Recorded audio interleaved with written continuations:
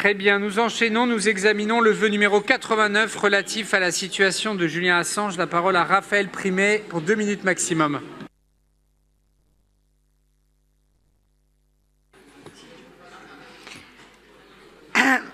Monsieur le maire, mes chers collègues, ce lundi 20 mai, la Haute Cour de justice britannique a rendu une décision historique en permettant un appel supplémentaire à Julian Assange, ce qui signifie qu'un appel de la décision initiale pourra avoir lieu. C'est un soulagement pour ses partisans et pour nous, militants pour sa libération. Après tant d'années d'exil et d'acharnement des États-Unis contre Assange, il est grand temps que le président américain Joe Biden déclare l'abandon des poursuites judiciaires. C'est crucial, à la fois pour la défense de la liberté de la presse et le droit à l'information, mais aussi pour l'état de santé de Julian Assange qui décline gravement jour après jour.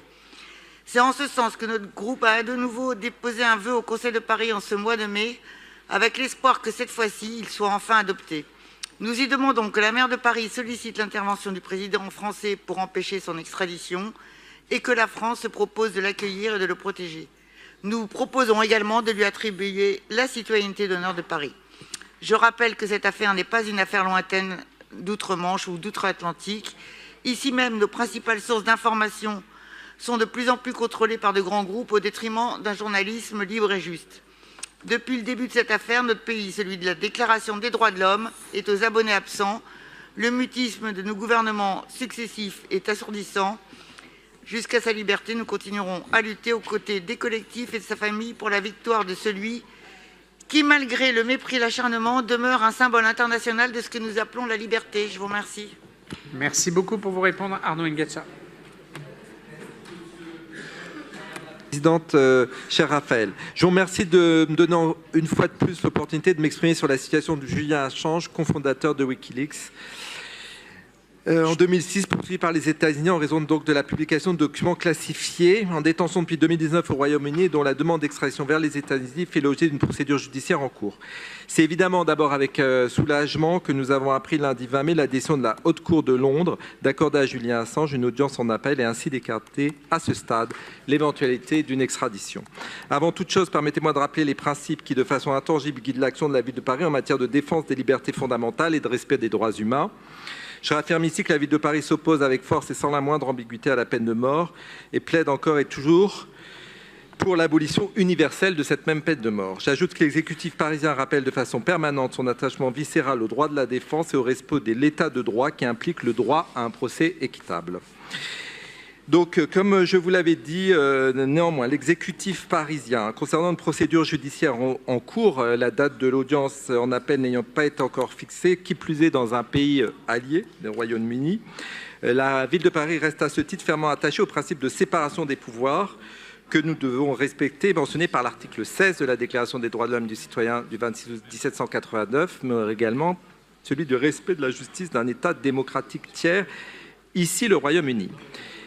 Néanmoins, ayant été rappelé, soyez assurés que nous restons attentifs à l'évolution de la santé de Julian Assange et au respect de son intégrité tant physique que psychique, dont vous rappelez l'état inquiétant, ainsi qu'à la défense absolue de la liberté d'informer à laquelle je suis particulièrement attaché. Nous continuerons donc à plaider inlassablement pour que le droit de tout citoyen à un procès équitable et notre refus catégorique de la peine de mort, qui n'a pas d'autre nom que la barbarie déguisée en justice. Je laisserai une liberté de vote sur votre vœu.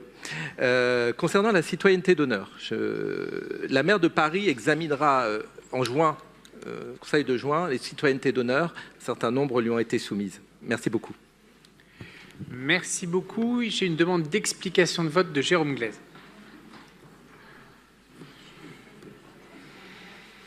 Merci, monsieur le maire. À travers Assange, le gouvernement américain vise en fait Wikileaks. Wikileaks a été la plus grande fuite de documents confidentiels qui a permis de révéler donc le rôle des États-Unis en termes de géopolitique, de manipulation de nombreux conflits à travers la planète. Et grâce donc aux lanceurs d'alerte, qui a été même les grands initiateurs des lanceurs d'alerte d'un niveau donc informatique, on a pu donc, en révélant donc des mails, des échanges, avoir des informations très importantes sur la manière dont les Américains, considérés comme une grande démocratie, donc ne respectaient pas la démocratie. Or, nous aurions aimé que l'exécutif, au lieu de donner donc la liberté de vote, fasse un contre-vœu de l'exécutif, puisque ça fait débat parmi nous sur le fait que est-ce que la cité d'honneur est l'élément le plus utile pour que Paris puisse défendre Julian Assange, excusez-moi. Donc, nous allons nous abstenir. Bon, du fait qu'il y a eu donc un report donc du jugement de la Haute Cour de Londres par rapport à son extradition, j'espère que d'ici le prochain Conseil de Paris, nous arriverons donc à une position d'équilibre vis-à-vis donc d'un soutien à Julian Assange, parce que même s'il est accusé par ailleurs donc de VSS à son égard, c'est quand même donc non la personne qui est attaquée, mais vraiment Wikileaks. Et à travers ça, il faut que la ville de Paris, comme patrie des droits de l'homme, donc puisse soutenir donc tous les soutiens, tous les lanceurs d'alerte sur les questions donc de liberté publique. Merci de votre attention.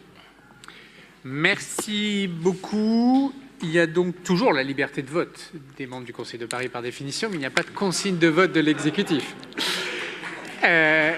Donc, je vais mettre aux voix ce vœu 89. Je vous demande de bien distinctement lever à votre vote pour que nous puissions compter si le résultat s'avérait serré. Donc, je vais d'abord compter les pour. Qui est pour? Qui est contre? Qui s'abstient? Eh bien, le vœu est adopté. Très bien. Merci.